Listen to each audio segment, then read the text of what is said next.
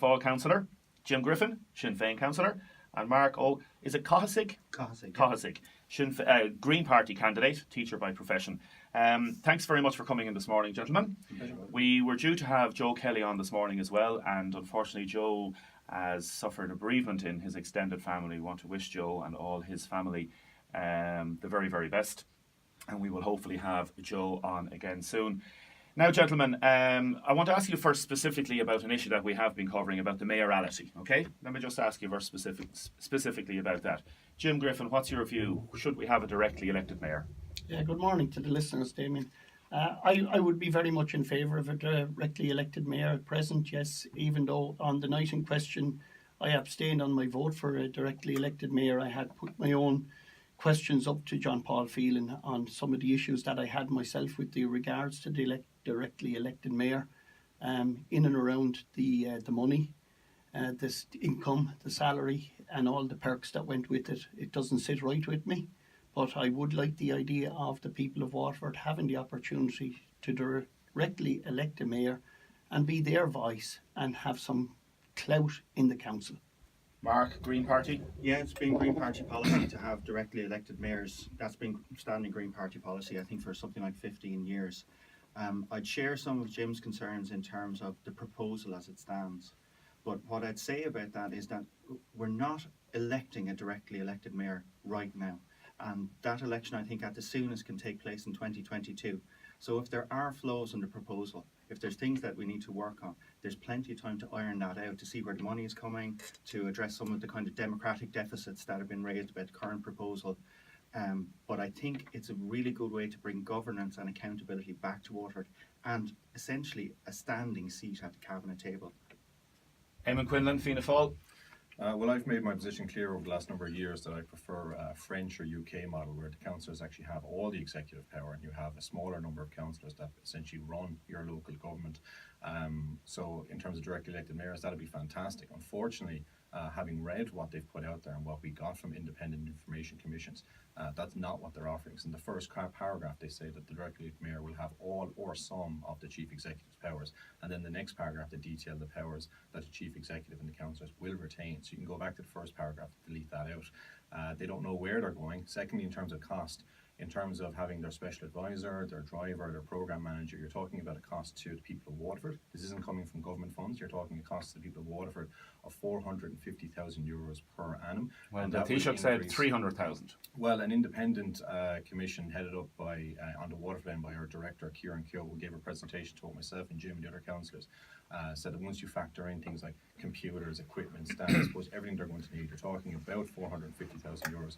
To put that into context, Waterford, I think, in the last 3 years, Jim, it's a big difference though between 300 and 450 for stamps and computers, like, you know. Well, correct, but what they're also failing to factor in is that once they serve a term, there's things like pensions that will kick in. Okay, so are you against it? I'm against it in its current format. So you are against it. So you'll be campaigning against this idea of a directly elected mayor. As constituted currently, yes. Yeah, could be done so you're against it. So you're against it. That's what you're saying at the minute. Jim Griffin, what are the main policies that Sinn Fein is campaigning on in Waterford this election? Well, I suppose, Damien, our housing crisis and our homeless crisis and the state of our health service is something that we would be campaigning strongly in Waterford.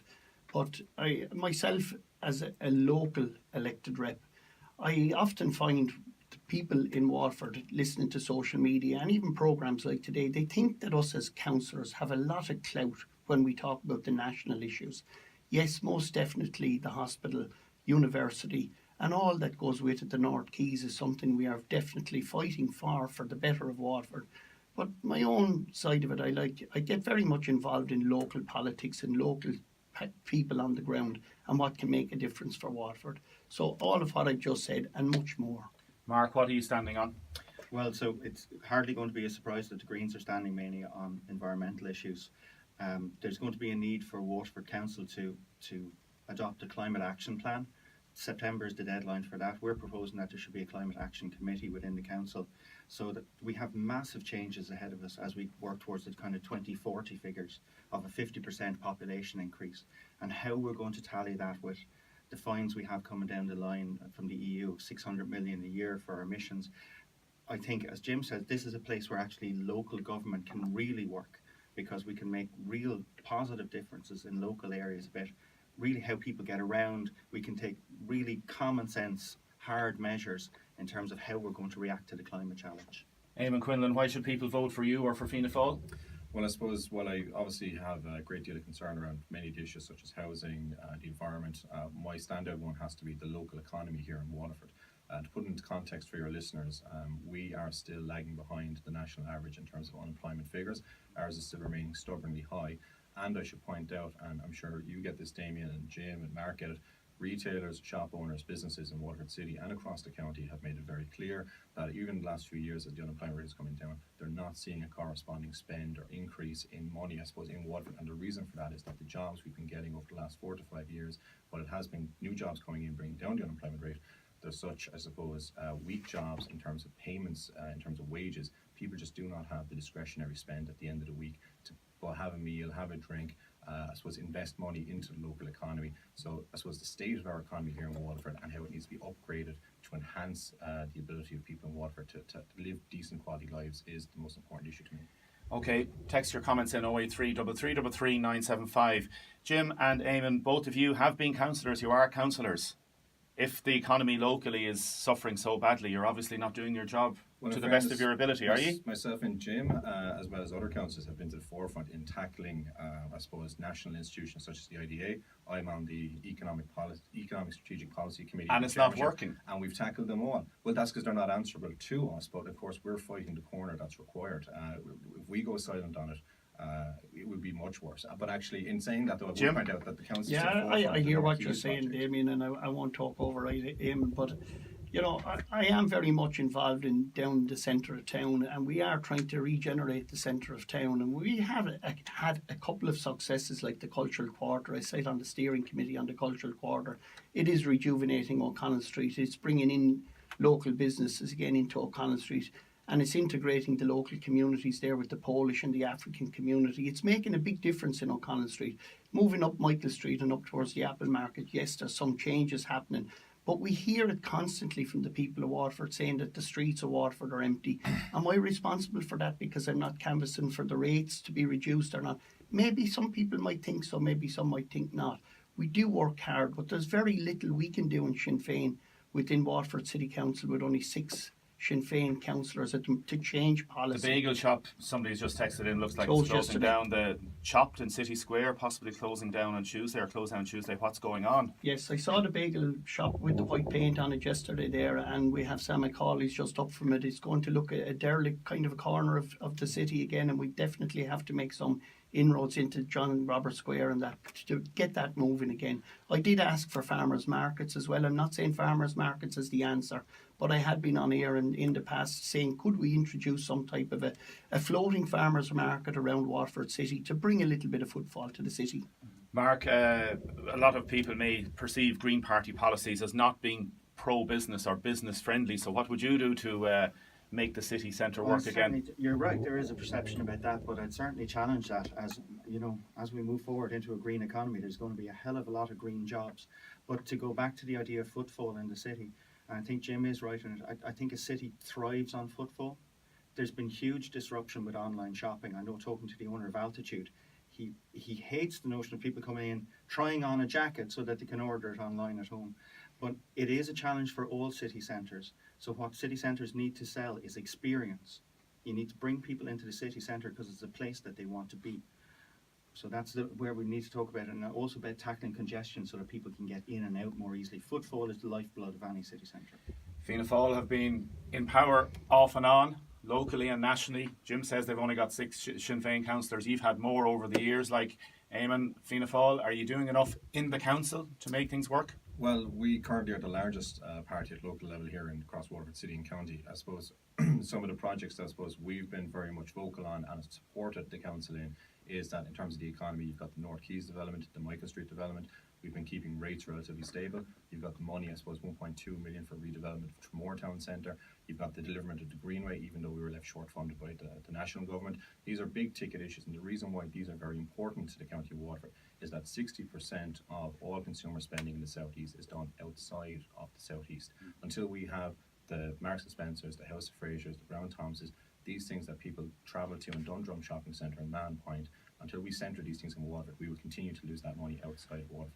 Jim Griffin, would you be in favour of bringing cars back into the city centre, take the traffic out of the city centre, says a texter, you take the business out of it? Would you be in favour of reversing the pedestrianisation? Sure, Damien, the honest truth is I don't think so, because we haven't got the money to do that again, and that's the honest truth. We have to fight for budgets every year. Some people will think the North Quays is a lash up, and that's the only way you could say it. Some people mention the Quays in Waterford as a lash up, and when you see ambulance and emergency service train, we haven't got the money at present to reverse that. But when you look at some of the car parks we have on the very close to the city, they're very well priced. Now, I hear some of the workers in the shops in town as well saying that for them to come into the city and to park up for the day, and it's costing them upwards of €15, and then they have to go and make their daily wage. We can certainly try and address that, and we have tried free parking on Friday night. But you go down to most of the car parks on the edge of the city, you will get a good reasonable rate there for the full day. So I don't think we can reverse it. That's the truth. Mark, you'd be against reversing pedestrianisation? Absolutely. Cars don't spend money, people do. And if you introduce cars into your Red Square and down Broad Street, you are going to have less room for people. You're not going to have a pleasant experience in the centre of town. People will stay at home and do online shopping where they don't have to interface with traffic. Eamon, in favour or against? Well, I'm biased here because my dad's a taxi driver here in the city, so I mean, one of his most common runs is getting people up Patrick Street, that ginormous hill. There's a degree of pedestrianisation in our city centre that's needed, but would I go further? No, because to be honest, as Marc said, cars don't spend money, people do, but unless people can access our city centre with cars, they won't be able to spend money. And I know a lot of older residents at public meetings that both myself and Jim have been at, older people, I suppose, living in the Doyle Street, Ballybricken, upper top of the town area, there is natural hills barriers, and they feel that unless they can use vehicles, they simply cannot access the centre of the city, and that's, I suppose, taking away a degree of inclusion in our city that these people have enjoyed for decades, and we should not interfere with that. If I could, Damien, if I could just ask Eamon, and I know he was saying the regeneration of Tramore and the 1.4 million spend. And there's a question there, what will you do to help footfall in Tramore Town Centre, from John Ryan? I've been very instrumental on sitting on the Tramore Management Group. I have 100% attendance with all the meetings in the Tramore Centre Management meetings. And I would say that 1.4 million spend is going to be a huge asset to Tramore Town, and it's going to give the centre of town in Tramore, it's a growing town, it's a big town, it's going to give a focus to the centre of town. But I'm not sure whether Eamon was making out there that Fianna Fáil was responsible for that 1.4. I don't think you did, but I just want to say that I have a 100% attendance at those meetings, and I do think Tramore will benefit from the metropolitan area. I want to come back with your views about Tramore and lots of other issues. Person has texted in, Paul, I see another 6 car park spaces gone in the square in Dungarvan. We heard it's going to be a car-free square. We're going to be talking about Dungarvan and other parts of the county shortly. We're going to focus now on the 3 lads with Tramore just after this.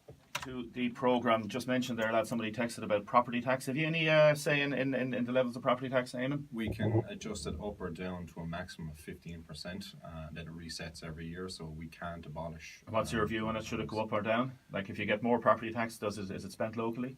Well, if we were to increase it, it would come back to us locally. But again, you're talking about taxing more people. I suppose we have to balance it every year at the budget. We would like more money for services to deliver new things in Waterford, but you know, I suppose we've shied away from being oppressive. We've been very responsible in terms of local property tax. Presume, lads, you'd be against increasing property tax, would you? Marc, Greens?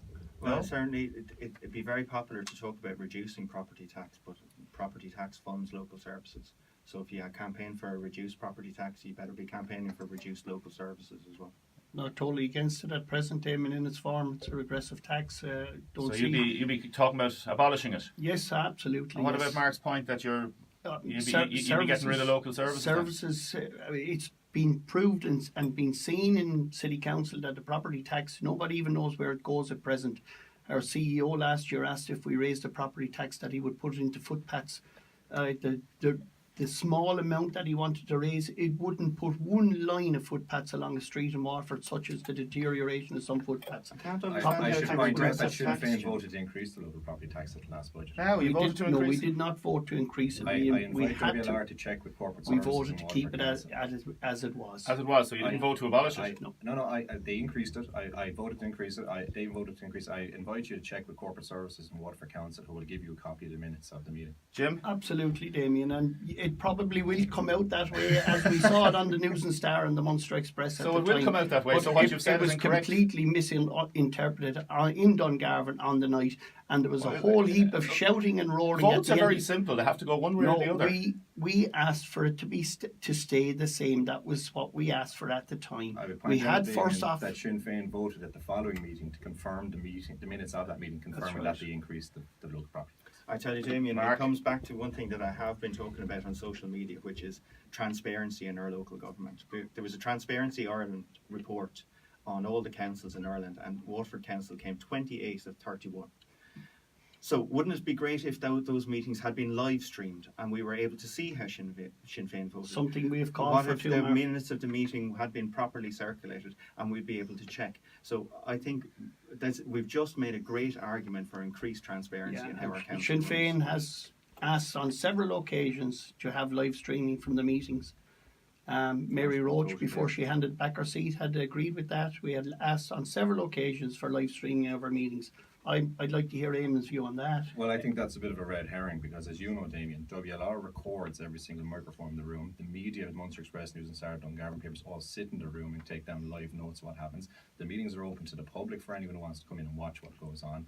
What it was that there was a situation where people were secretly live streaming the council, so it had to be clamped down on. And when we looked at it, it would cost between 50 and 100,000 euros of Waterford people's money for us to put ourselves on television. Fianna Fáil, you've consistently given out about Sinn Féin, saying they're pie in the sky economics. Like, why do you give out about them so much when you get on with them so well locally? Myself or the party in general?